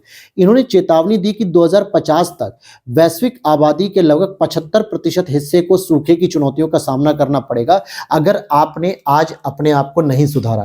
क्या तो सबसे बड़ा चैलेंजेस होता है कि हम सबसे अधिक जो है कि वनों का उन्मूलन कर रहे हैं, यानी वनों को काट रहे हैं, जंगलों को काट रहे हैं। एक तो हम खुद भी काट रहे हैं और लॉस एंजलिस जैसे क्षेत्रों में जो जंगलों में आग लग जा रही है ग्लोबल वार्मिंग की वजह से, ये एक और नेचुरल डिजास्टर के रूप में तैयार हो रहा है। तो कहने का मतलब है कि सूखे की चुनौतियों का सामना करने के लिए तैयार हो जाओ अगर 2050 तक आप जीवित हो तो। भाई 2024 है और आपकी उम्र लगभग 30 साल के आसपास होगी, यानी 2050 में आप पहुंच जाओगे लगभग 50 साल के हो जाओगे या 55 साल के हो जाओगे, बस इतने ही होगे, इससे ज्यादा नहीं हो पाओगे। यानी आप उस समय बुढ़ापे की उम्र में जब होगे तो सूखे की समस्या झेल रहोगे। तो अपनी बुढ़ापे को खुशहाल बनाने के लिए आज से ही लग जाओ। सबसे पहला, हर साल अपने जन्मदिन पे या किसी विशेष उपलक्ष्य पे आप लोग जरूर एक पेड़ लगाया करो। और पेड़ लगा के छोड़ना नहीं है, उसका संरक्षण करना। अगर एक बार पेड़ बड़ा हो जाता ना तो अपने आप फिर ग्रो कर जाएगा नेचुरली, लेकिन शुरू में उसे साल भर उसकी केयर करनी पड़ती, जैसे अपने बच्चों की केयर की जाती है। ठीक है, तो ये चीजें आप लोगों को अभी से शुरू करनी पड़ेंगी। आगे देखते हैं यहाँ पे सूखे का क्या प्रभाव पड़ेगा। देखिए, पहली चीज, सूखे से ऊर्जा उत्पादन, व्यापार, कृषि पर एक गंभीर असर पड़ता है। इन क्षेत्रों के परस्पर जुड़ाव को दर्शाता है। खराब भूमि और जल प्रबंधन सूखे की स्थिति को और खराब कर देगी, जिससे पानी के असंतुलित उपयोग से घटते संसाधनों के लिए भयंकर प्रतिस्पर्धा होगी, यानी जल तनाव का कारण बनेगा। अभी मैंने ऑलरेडी बता दिया कि 1513 घन मीटर ही केवल भारत में प्रति व्यक्ति जल की उपलब्धता है, जबकि होनी कितनी चाहिए थी? 1700 घन मीटर। तो ये भी एक चुनौती हो जाएगी। और एटलस में भारत पर विशेष ध्यान दिया गया है, जहां 25 मिलियन से अधिक व्यक्ति कृषि पर ही निर्भर हैं। सूखे के कारण सोयाबीन की फसलों को नुकसान होगा। चेन्नई में 2019 के जल संकट को याद किया जा सकता है कि पर्याप्त वर्षा के बावजूद भी अपर्याप्त जल प्रबंधन से यह संकट बाहर आ गया, मतलब समस्या क्रिएट करता है। वहीं 2020 से 2023 तक भारत को जल कुप्रबंधन से जुड़े समस्याओं का भी सामना करना पड़ा है। समझ में आ गया? अब ये यूएनसीसीडी क्या होता है, जो मैं अभी आपको बता रहा था, तो मरुस्थलीकरण से निपटने के लिए होता है। अभी समय 1994 में स्थापित, या पर्यावरण और विकास को स्थायी भूमि प्रबंधन से जोड़ने का एकमात्र कानूनी रूप से ये बाध्यकारी अंतर्राष्ट्रीय समझौता है। ये लाइन इंपॉर्टेंट है कि बाध्यकारी होना चाहिए मरुस्थलीकरण से। जो भी देश इसमें शामिल होगा उसके ऊपर ही इसके सारे नियम बाध्यकारी होंगे। मुख्य रूप से शुष्क, अर्ध शुष्क और शुष्क उप आर्द्र क्षेत्रों जहां सर्वभेद्य पारिस्थितिकी तंत्र के लोग पाए जा सकते हैं। 197 सदस्य देश शुष्क भूमि में लोगों के लिए निर्वहन स्थिति में सुधार करने, भूमि और मृदा की उर्वरता को बनाए रखने, इसके पुनर्भरण करने, सूखे के प्रभावों को कम करने के लिए मिलकर कार्य करते हैं। ठीक है, तो ये मुख्य रूप से क्या करता है? यूएनसीसीडी भूमि, जलवायु और जैव विविधता की परस्पर जुड़ी चुनौतियों का समाधान करने के लिए 2 अभिसमयों के साथ कार्य करता है, जिसमें एक तो होता है आपका सीबीडी जैव विविधता पर कन्वेंशन, और दूसरा होता है UNFCCC United nation framework convention on climate change. तो इन दोनों के साथ मिलकर जो है कि यूएनसीसीडी काम कर रहा होता है। अब चलते हैं, कुछ हम स्कीम्स को पढ़ लेते हैं। अब यहां पर अगर हम कुछ स्कीम्स को देख लेते हैं, योजनाओं को देख लेते हैं, तो सबसे पहली जो योजना है स्वतंत्रता सैनिक सम्मान पेंशन योजना। क्या है ये योजना? स्वतंत्रता सैनिक सम्मान पेंशन योजना। 18 दिसंबर 2024 को भारत के स्वाधीनता आंदोलन में योगदान देने वाले स्वतंत्रता सेनानियों की पेंशन, जो कि 15 अगस्त 2016 को संशोधित की गई थी, इसके अलावा अखिल भारतीय उपभोक्ता मूल्य सूचकांक औद्योगिक श्रमिकों के लिए इस पर आधारित मौजूदा जो महंगाई राहत है, जिसको हम लोग महंगाई भत्ता कहते हैं, जो पहले स्वतंत्रता सेनानियों की पेंशन पर वार्षिक आधार पर लागू होती थी, अब उसको बंद कर दिया गया है और अब इसके स्थान पे केंद्र सरकार के कर्मचारियों पर लागू होने वाली जो महंगाई भत्ते के सिस्टम होंगे, इसको वर्ष में 2 बार लागू किया गया है। इसको क्या समझना है, सिंपल भाषा में आपको समझा देता हूं। देखो, जितने भी सेंट्रल गवर्नमेंट के एम्प्लॉय है, इवन की स्टेट गवर्नमेंट के भी एम्प्लॉय क्या होते हैं, उन्हें जो सैलरी दी जाती है उसमें 2 बार महंगाई भत्ता बढ़ता है। जैसे अगर हम लोग अपनी बात करें, हम लोग टीचर हैं, तो हमारी क्या है कि जो सैलरी आती है ना, तो उसमें क्या होता है, हर 3 से 4% का इंक्रीमेंट किया जाता है बेसिक पे में। एक जनवरी में किया था और एक जुलाई में किया था, यानी साल भर में हमें 2 बार महंगाई भत्ता मिल गया। तो अगर आप चक्रवृद्धि ब्याज को देखोगे तो एवरेज 4.5% की हमारी साल भर की वृद्धि निकल कर आ जाती है, जब सेंट्रल गवर्नमेंट 2 बार देती है। पहले क्या होता था कि जो स्वतंत्रता सेनानी जो पेंशन योजना थी ना, इसमें भी क्या होता है, महंगाई भत्ते को इंक्लूड किया जाता है। महंगाई भत्ते को इंक्लूड करते हुए इनको भी महंगाई का जो भत्ता होता है वो दिया जाता है। तो पहले साल भर में क्या होता था, एक बार होता था, यानी कि पेंशन पर वार्षिक आधार पर केवल लागू होता था, जिसको अब बंद कर दिया गया। और अब क्या होगा, एक वर्ष में 2 बार इनको महंगाई भत्ते का बेनिफिट मिलेगा। जैसे मान लेते हैं कि कोई स्वतंत्रता सैनिक सम्मान पेंशन योजना का धारक है और इसको वर्तमान में अगर मान लो 10,000 रुपए दिया जा रहा है, तो इस पे अगर हम 4% का महंगाई भत्ता जोड़ेंगे तो 10,000 का जो भी 4% बनेगा, ठीक है, 10,000 का जो भी 4% बनेगा, वो साल में एक बार दिया जा रहा था, अब दिया जाएगा 2 बार। तो 4% और दूसरी बार फिर 4%, तो टोटल 8% इसको महंगाई भत्ता मिलेगा प्रति वर्ष। और ये एक बेहतर अवस्थिति होगी कि भाई उनके लिए पैसे की क्या होगी, मात्रा बढ़ जाएगी। समझ में आ गया? तो बस एक ये बेसिक जो चेंज है वो आपको समझना है, बेसिक चेंज। अब यहाँ पे क्या क्या मिलेगा, इनको जो सुविधाएं मिलेंगी कि भाई स्वतंत्रता सेनानी होंगे, जैसे बहुत सारे लोग हैं जो अभी भी जीवित होंगे, या फिर उनके जो जीवन साथी होंगे, हस्बैंड या वाइफ, इनको क्या मिलेगा, दुरंतो जैसी ट्रेन में या फिर जो है कि शताब्दी जैसी ट्रेन में फर्स्ट एसी सेकंड एसी में मुफ्त आजीवन रेलवे पास दिए जाएंगे, इसमें कोई भी इनको टिकट नहीं लगेगा। स्वतंत्रता सेनानियों या फिर पात्र आश्रितों या उन पर निर्भर रहने वाले जो आश्रित हैं, उनको मुफ्त चिकित्सा सुविधाएं मिलेंगी।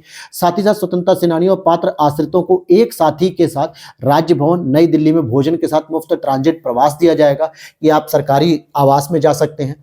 कलेक्टरों और एसडीएम को स्वतंत्रता सेनानियों के कुशलक्षेम के बारे में नियमित रूप से पूछताछ करने और उनके पेंशन से संबंधित मुद्दों को हल करने के लिए निर्देशित किया गया है कि एसडीएम या डीएम जो भी हैं, वो जितने भी आपके क्षेत्र में स्वतंत्रता सेनानी हैं, उनसे समय समय पर आप उनसे पूछताछ करते रहिए, उनका हालचाल लेते रहिए, उनकी पेंशन वगैरह का कोई मुद्दा हो तो उसका समाधान भी करना पड़ेगा। तो ये इस तरीके से, भाई जाहिर सी बात है, जिन्होंने हमारे देश के लिए कुर्बानी दी है, जिनकी कुर्बानी के बल पर ही आज हम स्वतंत्र रूप से अपने काम को कर पा रहे हैं, तो उनके प्रति हमारी नैतिक और सामाजिक जिम्मेदारी इतनी तो बनती है कि भाई हमें ये सब काम करना चाहिए। अब यहां पर देखते हैं, पेंशन योजना के लिए आवेदन और वितरण प्रक्रिया को और भी सुव्यवस्थित कर दिया गया, आसान कर दिया गया। क्या किया गया? पहले स्वतंत्रता सेनानी की मृत्यु के बाद जो पेंशन के हस्तांतरण के लिए आश्रितों द्वारा बैंकों में आवेदन जमा करने की अवधि 6 महीने से बढ़ाकर अब 1 वर्ष कर दी गई। जैसे मान लो कोई स्वतंत्रता सेनानी है, उसको पेंशन मिल रही थी, अब वो मर गया है, तो उसकी पत्नी या पति जो भी है उसको पेंशन मिलनी है, लेकिन इस पेंशन को ट्रांसफर करने के लिए खाते को ट्रांसफर करना होता है और बैंक में आप इसके लिए आवेदन केवल 6 महीने के अंदर कर सकते थे। अरे भाई, जिस व्यक्ति का कोई साथी गुजर गया जो स्वतंत्रता सेनानी था, तो पहले उस सदमे से उबरने में उसे 1 से 2 महीने लगेगा, फिर वो पेंशन पे कहीं ध्यान जाके देता है कि पेंशन भी तो हमें लेनी है। तो ऐसी स्थिति में अब उसको ये मौका दे दिया गया कि आप 1 साल के अंदर आराम से आवेदन करिए, 6 महीने की बाध्यता समाप्त हो गई। पहली चीज। दूसरा, ध्यान देना कि पात्र आश्रितों की जो आश्रित पेंशन की स्वीकृति थी, वो हस्तांतरण की तिथि अब आवेदन की तिथि से नहीं होगी, बल्कि पेंशन भोगी की जो मृत्यु है उस तिथि को कंडक्ट किया जाएगा। वर्ष में 2 बार की बजाय 1 बार बैंकों में अपना जीवन प्रमाण पत्र जमा करना होगा। क्या होता है कि जो भी पेंशन भोगी होते हैं, उन्हें बैंक में 2 बार जो है कि अपना एक जीवन प्रमाण पत्र देना पड़ता है कि हाँ भाई, मैं अभी जिंदा हूं, मुझे पेंशन देते रहो। तो ऐसे में व्यक्ति को 2 बार बैंक के चक्कर काटने पड़ते हैं साल में। अब क्या है, 1 बार बस जाना है, पूरे साल भर का 1 बार आपने दे दिया कि साहब मैं खड़ा हूं आपके सामने साक्षात, ये मेरा जीवन प्रमाण पत्र, मैं अभी जिंदा हूं, मेरी पेंशन आने देना लगातार। तो साल में 1 बार अब इस स्थिति को कर दिया गया है। इसी तरीके से बैंकों को विलंबित या जीवन प्रमाण पत्र जमा न करने के कारण बंद पेंशन को फिर से शुरू करने के लिए वर्तमान के 1 से 3 वर्षों के लिए अधिकृत किया गया है कि किसी भी हाल में इसको रीस्टार्ट कर देना चाहिए। समझ में आ गई। तो ये एक बहुत अच्छी योजना थी। अब यहाँ पर हम लोग देखेंगे नई ऋण गारंटी योजना। ये क्या है दोस्तों, भारत सरकार ने, ध्यान देना कि भारत सरकार ने शुरू किया इसे, और छोटे किसानों को सहायता देने के लिए एक नई ऋण गारंटी योजना को शुरू किया गया है। जिसमें क्या होगा कि केंद्रीय खाद्य एवं उपभोक्ता मामलों के जो मंत्री प्रहलाद जोशी जी हैं, इन्होंने पेश किया। फायदा किसे होगा कि फसल कटाई के बाद जो छोटे और सीमांत किसान हैं, इनको ऋण तक आसान पहुंच प्रदान करने के लिए 1000 करोड़ रुपए आवंटित किए गए हैं। अब देखो, इस प्रकार की जो पॉलिसीज होती है ना, स्कीम्स होती है, इनसे ही संबंधित प्रश्न आपसे पूछ लिया जाता है। अब सोचो कितनी इंपॉर्टेंट ये स्वतंत्रता सम्मान पेंशन योजना है, और इसको मैंने बहुत ही आसान भाषा में समझा दिया। अगर यहां से कोई भी एक प्रश्न पूछेगा तो जितनी चीजें मैंने आपको समझाई हैं, वहीं से कोई ना कोई एक प्रश्न स्टेटमेंट वाइज उठा के रख दिया जाएगा। लेकिन अगर आपने नहीं समझा तो दोबारा वीडियो को पीछे जाकर देख लीजिए, ठीक है। अब ये जो है कि किसने दी गई नई ऋण गारंटी योजना, देखो क्या है कि किसानों के बीच जो संकटपूर्ण बिक्री है उसे रोकने के लिए इन्होंने इलेक्ट्रॉनिक वेयर हाउसिंग रसीदों का उपयोग करके अपनी उपज को संग्रहित करने और ऋण प्राप्त करने की अनुमति देता है। कैसे काम करेगा मैं बता देता हूं। देखो, ENWR, इसका मतलब क्या है, इलेक्ट्रॉनिक वेयर हाउस जो रिसिप्ट है, रिसिप्ट, इलेक्ट्रॉनिक वेयरहाउस रसीदें क्या करेंगे, पंजीकृत वेयरहाउस द्वारा जारी की जाएंगी, जो रजिस्टर्ड होंगे गवर्नमेंट के पास, और ये रसीदें बैंकों के लिए गारंटी के रूप में काम करती है, जो वे किसानों को पैसा उधार दे सकते हैं। कैसे होगा, मान लेते हैं कि कोई किसान है जिसने अपना प्रोडक्शन किया, बहुत बड़ी मात्रा में प्रोडक्शन किया, और उसको लगता है कि मैं अभी मार्केट में बेचना नहीं चाहता हूं। वो क्या करेगा, एक वेयर हाउस में जाके स्टोर कर देगा, कोल्ड स्टोरेज या वेयर हाउस में जाके अपना सारा सामान रख देगा। उसकी पूरी कीमत कितनी है, 2 लाख रुपए उस पूरे अनाज की। तो उस 2 लाख रुपए की ऑफिशियली एक रजिस्टर्ड जो है कि रिसिप्ट दी जाएगी उसे, जो रजिस्टर्ड जो है कि वेयर हाउस होंगे, और वो उसी 2 लाख रुपए की रिसिप्ट दिखा के क्या करेगा, बैंक में जाके 1.5 लाख, 2 लाख, 2.5 लाख रुपए लोन भी ले सकता है, क्योंकि वो रिसिप्ट गवर्नमेंट के द्वारा रजिस्टर्ड वेयर हाउस के द्वारा दी गई है। यानी बैंक एक तरीके से कोलेटरल के रूप में प्रयोग कर सकता है उनके कोल्ड स्टोरेज में रखे हुए खाद्य पदार्थों को। समझ पाए मेरी बात। तो इससे किसानों को क्या, अपनी आवश्यकता अनुसार फुटकर या छोटे छोटे अमाउंट भी मिल सकते हैं, और किसान अपनी उपज को कम कीमतों पर बेचे बिना तत्काल धन भी प्राप्त कर सकता है। अब जैसे मान लो किसान को लगता है यार कि मुझे गेहूं बेचना है क्योंकि मुझे अपने बिटिया की शादी करनी है। अब गेहूं बेचने के लिए वो मंडी में जाता है, तो मंडी में क्या होता है कि गेहूं की डिमांड बहुत कम हो रही होती है, तो जो बिचौलिए होते हैं वो उसे बाजार का कीमत न देके बहुत कम कीमतों पे खरीदते हैं। अब व्यक्ति को लगता है कि एक तरफ मुझे अपनी बेटी की शादी करनी है, तो यार चलो सस्ते दाम में ही बेच देते हैं। कहाँ 2,500 रुपए क्विंटल गेहूं बिक रहा था, हम 2,000 रुपए ही बेच रहे हैं, यानी प्रत्येक क्विंटल पे उसको 500 रुपए का नुकसान हो रहा है। और अगर उसने 10 क्विंटल भी बेच दिया तो 5,000 रुपए का उसको नुकसान हो गया। अब किसान के लिए 5,000 का नुकसान एक बहुत बड़ा नुकसान होता है, क्योंकि उसकी इनकम ही बहुत कम है। तो ऐसे स्थिति में वो क्या करेगा कि मंडी में अगर उसे लगा 500 रुपए का नुकसान हो रहा है, वेयर हाउस जाएगा, वहां पे जाके अपना गेहूं रख देगा और कहेगा कि सरकारी रेट के हिसाब से मेरे को कितना हो गया, एमएसपी के अकॉर्डिंग 2100-2200 रुपए के हिसाब से, तो वो उस हिसाब से अगर उसको क्या करेगा कि भैया आपका ये 2 लाख रुपए का पूरा गेहूं है, उसकी एक रिसिप्ट लेगा, बैंक में जाएगा, 1.5 लाख रुपए लोन लेगा। किस बेस पे, कि मैंने सरकारी वेयर हाउस में जो है कि अपना 2 लाख 2.5 लाख का माल स्टॉक करके रखा है, कोई बात होगी तो वहां जाके ले लेना।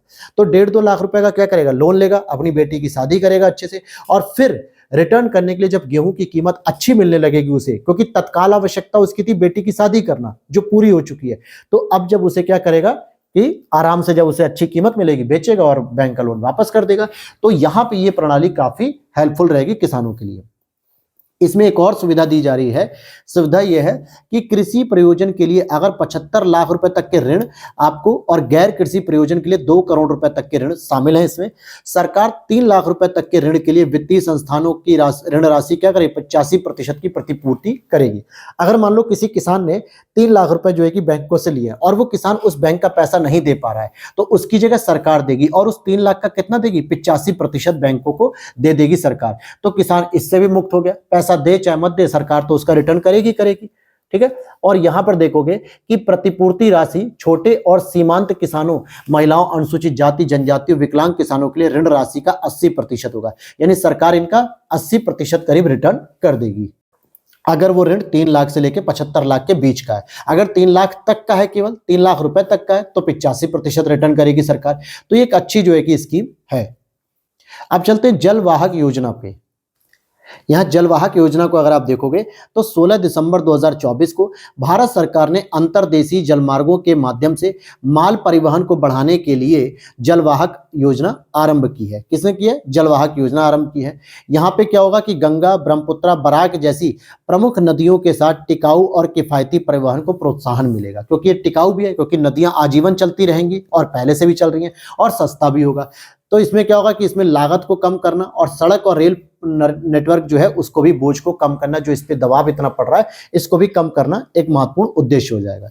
योजना ये 3 साल तक चलेगी। स्टार्टिंग में जलवाहक योजना प्रबंधन कौन करेगा? भारतीय अंतर्देशीय जलमार्ग प्राधिकरण करेगा और अंतर्देशीय तटीय शिपिंग लिमिटेड के द्वारा संयुक्त रूप से किया जाएगा, जिसमें राष्ट्रीय जलमार्ग 1 जो कि गंगा, ब्रह्मपुत्र और 16 बराक नदियों पर टिकाऊ और प्रभावी लागत परिवहन को बढ़ावा देने की दिशा में एक महत्वपूर्ण कदम है ये।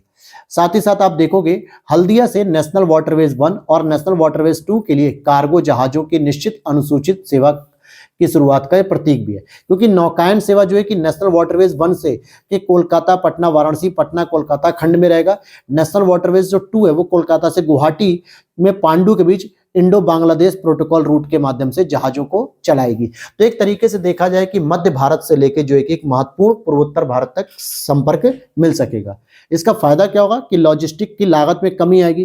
जैसे वर्तमान में जो लॉजिस्टिक लागत है वो घरेलू जीडीपी का 14% है, जबकि वैश्विक स्तर पे क्या होता है 8 से 10% होता है। यानी हम 14% खर्च कर रहे हैं, जो कि ज्यादा खर्च हो रहा है, जबकि हम इसे 8 से 10% कर सकते हैं। पर्यावरण अनुकूल परिवहन भी रहेगा, ईंधन की खपत कम होगी, उत्सर्जन भी बहुत कम होगा। इससे आर्थिक लाभ भी बेहतर होगा, विशेष रूप से राष्ट्रीय जलमार्गों के आसपास के जो क्षेत्र हैं, जैसे आप देखोगे कि आपके प्रयागराज से शुरू होता है, हल्दिया तक जाता है, तो इस दौरान जितने भी नेशनल वाटरवेज के आसपास के छोटे छोटे शहर हैं, इनको विकसित होने की एक नई संभावना देखने को मिल जाएगी। तो ये काफी अच्छी पहल है। ठीक है, अब चलते हम लोग यहाँ पे एपी ऊर्जा वीर योजना। एपी मतलब आंध्र प्रदेश सरकार के द्वारा एपी ऊर्जा वीर योजना को शुरू किया गया है, जो कि ऊर्जा दक्षता और स्थिरता को बढ़ाना इसका उद्देश्य है। एनर्जी एफिशिएंट सर्विसेज लिमिटेड यानी EESL, इसके साथ सहयोग किया गया है आंध्र प्रदेश सरकार का, और राज्य भर में जितने भी निजी इलेक्ट्रीशियन है ना, इनको प्रशिक्षण दिया जाएगा। जितने भी निजी इलेक्ट्रीशियन है, बिजली मैन जिसे हम कहते हैं, इनको प्रशिक्षण दिया जाएगा। इसमें क्या क्या रहेगा? पहली चीज कि ऊर्जा संरक्षण के बारे में हम जागरूकता बढ़ाएंगे और ऊर्जा बचत प्रौद्योगिकियों को हम बढ़ावा देंगे। EESL के द्वारा विकसित ऊर्जा वीर नामक पहला कार्यक्रम, जिसका उद्देश्य आंध्र प्रदेश में 1 लाख व्यक्तियों को ऊर्जा दक्षता के लिए ऊर्जा वीर राजदूत के रूप में हम सशक्त करेंगे। और क्या इसके बेनिफिट होंगे? तो 1,12,000 निजी इलेक्ट्रीशियनों को प्रशिक्षित किया जाएगा। उन्हें 6 प्रकार के ऊर्जा कुशल उपकरणों का विपणन करना भी सिखाया जाएगा, यानी मार्केटिंग करना भी, जिसमें 6 वॉट की LED बल्ब होगा, 20 वॉट का LED ट्यूबलाइट होगा, 30 वॉट का जो है कि BLDC होंगे, सीली फैंग होंगे, और 5 स्टार एयर कंडीशनर होगा, इंडक्शन कुकिंग स्टोव होंगे, 10 वॉट का LED इन्वर्टर लैंप होंगे। ये सभी जो है कि, और जितने भी प्रशिक्षित इलेक्ट्रीशियन होंगे उनको ऊर्जा वीर कहा जाएगा। बीमा सखी योजना क्या है? 9 दिसंबर 2024 को प्रधानमंत्री नरेंद्र मोदी जी ने बीमा सखी योजना का शुभारंभ हरियाणा के पानीपत में किया। कहां पे किया? हरियाणा के पानीपत में किया है। ग्रामीण और शहरी क्षेत्रों की महिलाओं को बीमा क्षेत्र के माध्यम से वित्तीय रूप से सशक्त बनाया जाएगा, रोजगार के नए अवसर मिलेंगे, और इसके लिए प्रारंभिक तौर पे 100 करोड़ रुपए का बजट सरकार ने दिया है। ये क्या है एक तरीके से? तो ये LIC का एक नया कार्यक्रम है, जो 18 साल से लेकर 70 वर्ष की आयु की महिलाओं को लक्षित करेगा। इन्हीं को मुख्य रूप से जो है कि बीमा सखी, सखी मतलब महिला जो मित्र होती है, उसके लिए कहा जाता है। और योग्यता के रूप में माना जा रहा है कि जो पात्र महिलाएं होंगी वो 10वीं कक्षा तक उत्तीर्ण होनी चाहिए। वित्तीय साक्षरता और बीमा जागरूकता पर भी यह योजना केंद्रित होगी कि वित्तीय साक्षरता को भी बढ़ावा दिया जाए, और बीमा के बारे में भी लोगों को बताया जाए कि जैसे हेल्थ इंश्योरेंस हो गया, लाइफ इंश्योरेंस हो गया, बहुत सारे इंश्योरेंस होने चाहिए जो आपके बाद आपके परिवार के लिए बहुत मददगार साबित होंगे। प्रतिभागियों को इसमें विशेष प्रशिक्षण दिया जाएगा। पहले 3 वर्षों के लिए वजीफा भी इनको दिया जाएगा, यानी छात्रवृत्तियों के माध्यम से इनको आर्थिक सहयोग भी दिया जाएगा। और क्या है कि प्रशिक्षण महिलाओं को आवश्यक कौशल से लैस करेगा, और स्नातक LIC एजेंट भी बन सकते हैं। साथ ही साथ ये कार्यक्रम वित्तीय क्षेत्र में क्या करेगा? लैंगिक समानता को बढ़ावा देगा, जो कहीं ना कहीं सस्टेनेबल डेवलपमेंट गोल के 5 को अचीव करने में एक सहायक बनेगा।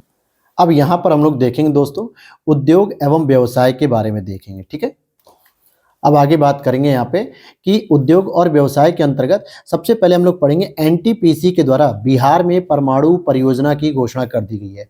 एनटीपीसी के द्वारा नेशनल थर्मल पावर कॉर्पोरेशन, क्या है ये मामला पूरा देख लेते हैं।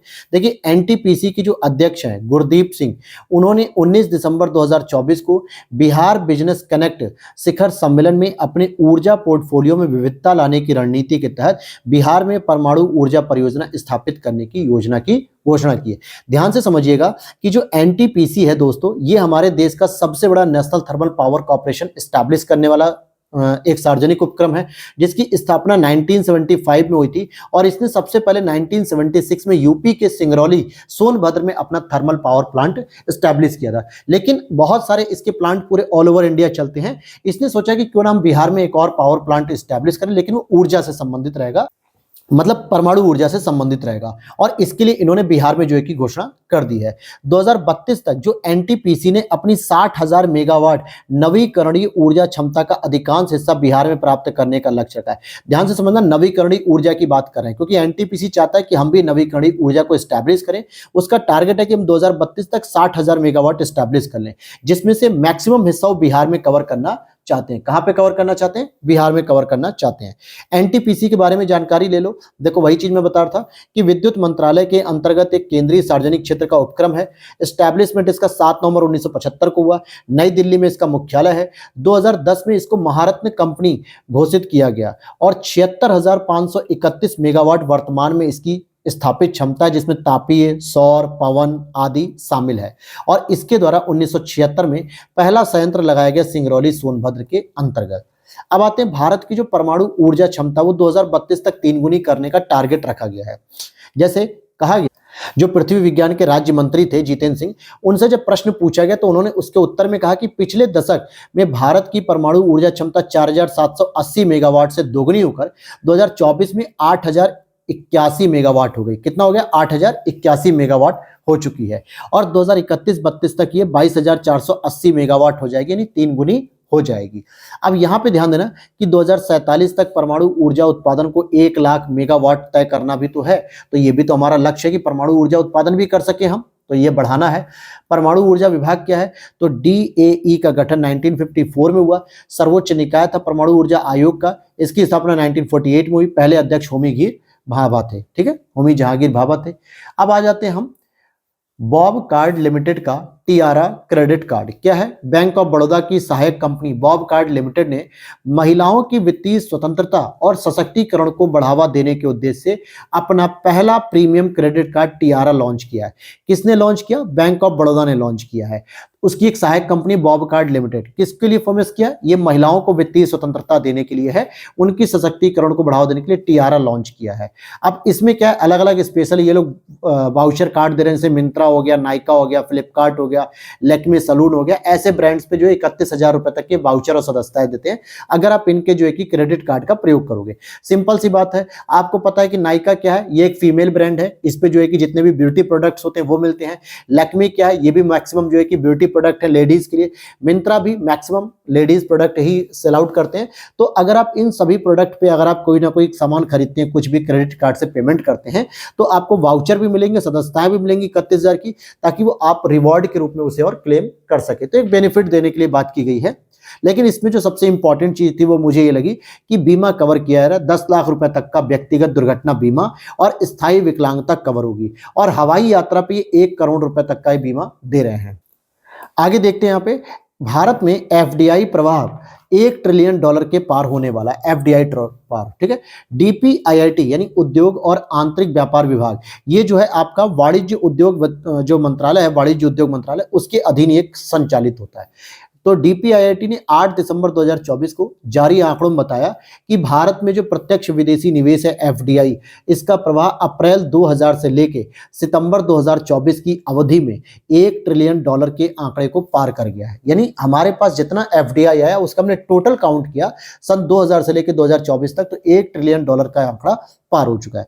सबसे अधिक जो एफडीआई हमें मिलता है वो मॉरिशस से 25%, सिंगापुर से 24%, अमेरिका से 10%, नीदरलैंड से 10% और जापान से 6%। तो टॉप 3 स्टेट को अगर आप याद रखते हो तो मॉरिशस हो जाएगा कंट्री, फिर सिंगापुर हो जाएगा, फिर अमेरिका हो जाएगा। एफडीआई क्या होता है? एफडीआई और FII को मैं सिंपल भाषा में अगर आपको सिखा दूं तो बस इतना याद रख लो। FDI होता है कि अगर जब भी कोई कंपनी किसी दूसरी कंपनी में या कोई इन्वेस्टर जो होता है जब वो किसी कंपनी में 10% या उससे अधिक के हिस्सेदारी की निवेश करता है तो उसे हम FDI कहते हैं, लेकिन यानी फॉरेन डायरेक्ट इन्वेस्टमेंट। लेकिन अगर कोई इन्वेस्टर किसी कंपनी में 10% से कम निवेश करता है तो उसे FII कहते हैं, यानी कि फॉरेन इंस्टीट्यूशनल इन्वेस्टमेंट होता है। और ये बहुत जल्दी भाग भी जाती है, यानी कि वापस हो जाती है, यानी ये एक तरीके से हॉट मनी कहलाती है। क्या होती है? हॉट मनी, जो कहीं ना कहीं हमारी इकोनॉमी को क्या करती है? शेयर मार्केट को खराब कर देती है। लेकिन FDI बेहतर होता है और ये लॉन्ग टर्म के लिए होती है, शॉर्ट टर्म के लिए नहीं होती सामान्यतः। समझ में आ गई बात? तो आज की क्लास में हम लोग इतना ही पढ़ेंगे और हम लोग कल से शुरू कर देंगे सार संक्षेप। तो आगे की मुश्किल से 2 क्लास और लगेंगी, जिसके बाद ये पूरा कंप्लीट हो जाएगा आपका मंथली मैगजीन। इट मींस कि लगभग 6 क्लास टोटल हो जाएगी। ये 4th क्लास कर रहे हैं, फिर 2 क्लास में आपकी जो फैक्चुअल इंफॉर्मेशन है वो कंप्लीट हो जाएगी और इसके बाद एक क्लास हम लोग ले लेंगे करंट अफेयर्स के MCQs या फिर RO के मॉक टेस्ट को लेकर। तो इतनी चीजें अगर आपकी तैयार हो जा रही है तो मान के चलो कि 6 से 8 classes with current affairs MCQs और RO मॉक टेस्ट, इनके साथ आपकी 1 महीने की हम लोग करंट अफेयर्स 8 लेक्चर में कंप्लीट कर लिया करेंगे। यानी 8 घंटे आप देखो और आपका करंट अफेयर्स खत्म हो जाएगा। तो ये बेस्ट ऑप्शन रहेगा आपके लिए। वीडियो अच्छी लगे तो लाइक कर देना और PDF के लिए आप टेलीग्राम चैनल ज्वाइन कर लो। चैनल पे पहली बार हो तो उसे भी सब्सक्राइब कर लेना बेल नोटिफिकेशन ऑन करके, क्योंकि एवरी मॉर्निंग में 9 AM पे ये करंट अफेयर्स की क्लास आपको डेली प्रोवाइड करते रहूंगा हर मंथ की। क्लियर? मिलते हैं नेक्स्ट वीडियो में। जय हिंद, जय भारत।